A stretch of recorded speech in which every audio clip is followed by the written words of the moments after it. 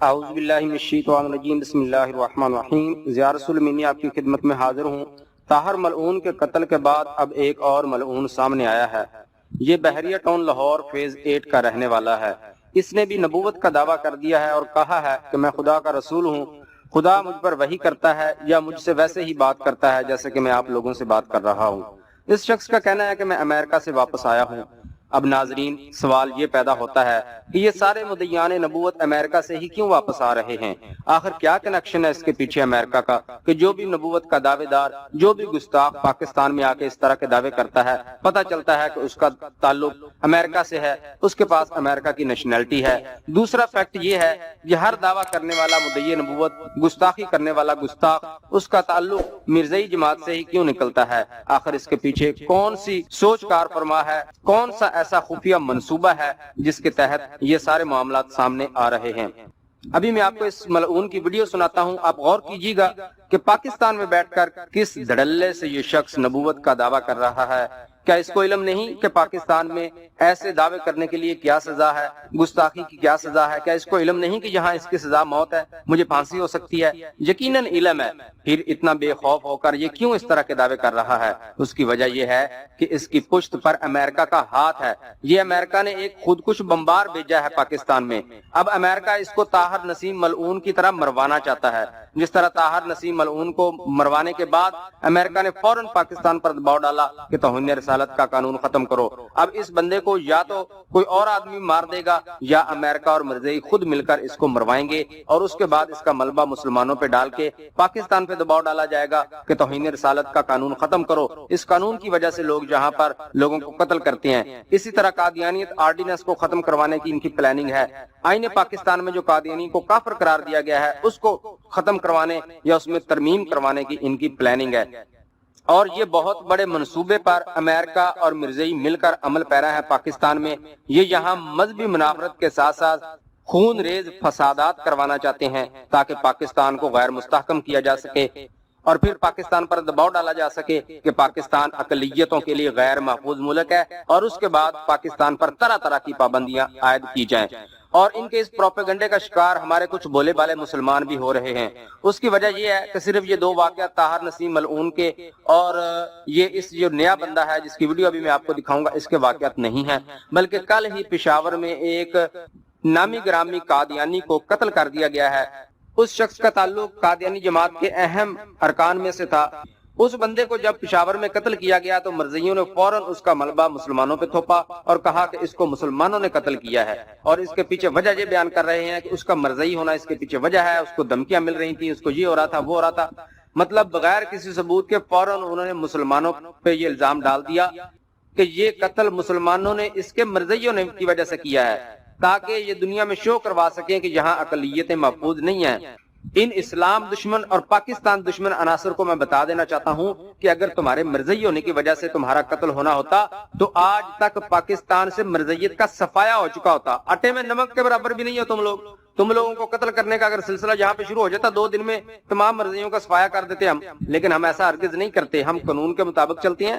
جتنے بھی معاملات آپ نے دیکھے ہیں، تمام معاملات میں پہلے قانون کا دروازہ کھٹکھٹایا جاتا ہے، اس کے بعد پھر جو بھی معاملات ہوں وہ الگ معاملہ ہے۔ اب وہ بندہ جو تھا مرزائی پشاور میں قتل ہوا، اور اسی دن لالا موسیٰ میں قادیانی جماعت کا نائب صدر ہے، اس کو جو ہے 4 گولیاں ماری گئی ہیں، وہ مرنے سے تو بچ گیا لیکن شدید زخمی ہو گیا۔ سوال یہ پیدا ہوتا ہے کہ کوئی ایسا جاہل تھا مارنے والا، اتنا ہی اناڑی تھا کہ جو 4 گولیاں مارنے کے بعد بھی اس کو اگر قتل کرنا چاہتا تھا تو اس کو مار نہیں سکا؟ لیکن وہ کوئی اناڑی والا معاملہ نہیں تھا، یہ باقاعدہ منصوبہ بندی کے تحت ہو رہا ہے۔ ایک جگہ اپنا بندہ مروایا، دوسری جگہ اپنا بندہ شدید زخمی کروایا، تاکہ یہ ظاہر کیا جائے کہ پاکستان میں مسلمان مرزائیوں کا قتل عام شروع کر رہے ہیں۔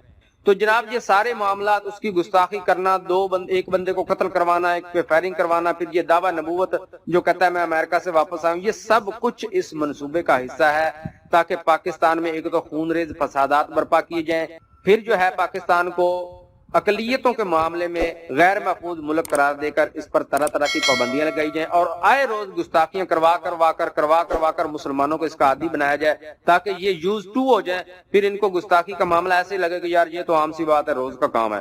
تو یہ نبی کریم رؤوف الرحیم صلی اللہ علیہ وسلم کی محبت مسلمانوں کے دلوں سے نکالنا چاہتے ہیں، لیکن یہ تا قیامت نہیں ہو سکتا۔ ہماری سیکورٹی اداروں سے گزارش ہے کہ ایسے ملعون جو بھی یہ کارنامے کام کر رہے ہیں، اس کے قتل کے پیچھے کون ہے، فائرنگ کے پیچھے کون ہے، قرآن پاک کی بے حرمتی کے پیچھے کون سے عناصر ہیں، اور یہ ملعون جو دعویٰ نبوت کر رہا ہے اس کے پیچھے کون ہے، اس کی تہہ تک پہنچے، بیشتر اس کے کہ امریکہ اور مرزئی اپنے مذموم مقاصد میں کامیاب ہوں، ان لوگوں پر سختی کی جائے اور ان کو قانون کے کٹہرے میں لا کر عبرت کا نشان بنایا جائے، تاکہ آئندہ لوگ جو ہے ایسے کام کرنے کی جرت نہ کر سکے۔ ان کو پتا ہو کہ جتنا مرضی امریکہ ہماری پشت پناہی کر لے، پاکستان میں جا کے اگر ہم ایسا کام کریں گے تو ہمیں لٹکا دیا جائے گا، ہمیں کوئی معافی نہیں دی جائے گی۔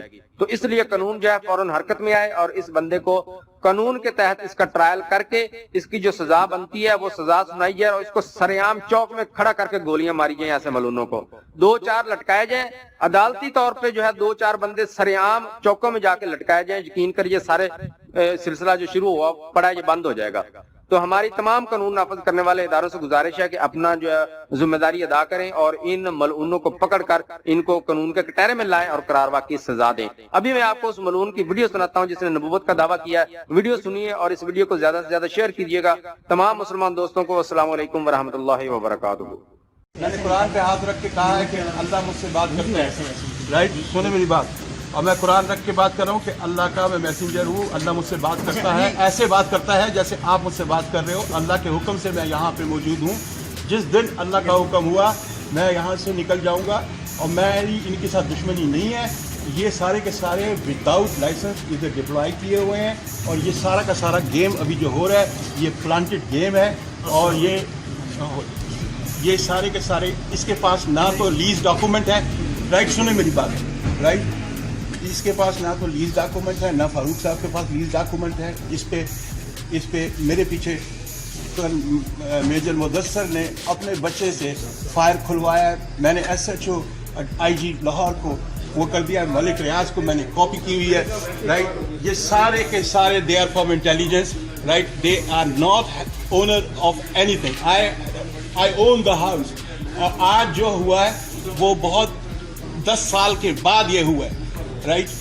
یہ پیچھے سے جنرل رضوان اختر جو کہ انٹیلیجنس ایجنسی میں ہے، اس کے کہنے کے اوپر یہ سارا ڈپلائمنٹ ہے، رائٹ؟ انہوں نے ایک مسجد، نہیں فالتو کوئی نہیں ہے، let them speak, because you know مسئلہ یہ ہے کہ یہ انہوں نے تو میرا ویڈیو کالنگ شروع کر دیا۔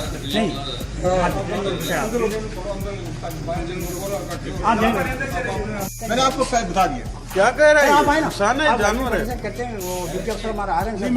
اس طرح نہیں کر سکتا، میں اس طرح نہیں کرتا، ادھر ویڈیو ہو رہی ہے، this is not possible because you know what, they are the intelligence people, they are the deployed people onto me, and this is the high game going on from the United States of America, and they are working on their behalf. They do not have any lease documents, okay?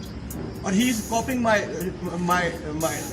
I understand that he is not supposed to do that. Serious in case of incident and other. You just claim that you are the messenger of God. In case of you just claim in front of all these guys. I'm witness. People are witness here.